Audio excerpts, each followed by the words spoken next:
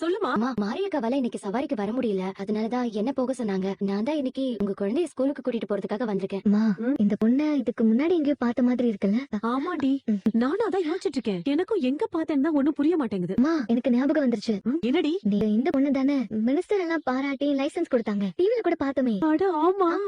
இந்த காட்டுக்குள்ள மறுபடியும் சிங்கம் ராஜாவாயிடுச்சு. காட்ட எல்லா மிருகங்களும் சந்தோஷமா இருந்தாங்க. அவ்வளவுதான் கதை. எப்படி இருந்துச்சு? சூப்பரா இருந்துச்சு. சரிடா தங்கம், வா வா வா வா. என்னடா? நான் இன்னைக்கு ஸ்கூலுக்கு போலப்பா. ஏய், இப்படி எல்லாம் நீ சொல்லக்கூடாது. என்னமாச்சு? ஒண்ணு இல்லம்மா, நீ இங்கே இரு, நான் போய் குழந்தைய கூட்டிட்டு வந்துடுறேன். இருங்க. சரி. என் செல்ல குட்டில நீ கதிரு, ஸ்கூலுக்கு போமா. அப்ப ரெடியா? ஆட்டோ வந்துருச்சு. எல்லாம் ரெடிதாமா. சாப்பாடு ஓட்டியாச்சு, அப்புறம் யூனிஃபார்ம் போட்டாச்சு, ஷூ போட்டாச்சு. ஆனா என்ன பழக்கம் போல நிலா குட்டி மட்டும் ஸ்கூலுக்கு போக மாட்டேன்னு அடம் பிடிச்சிட்டு இருக்கா.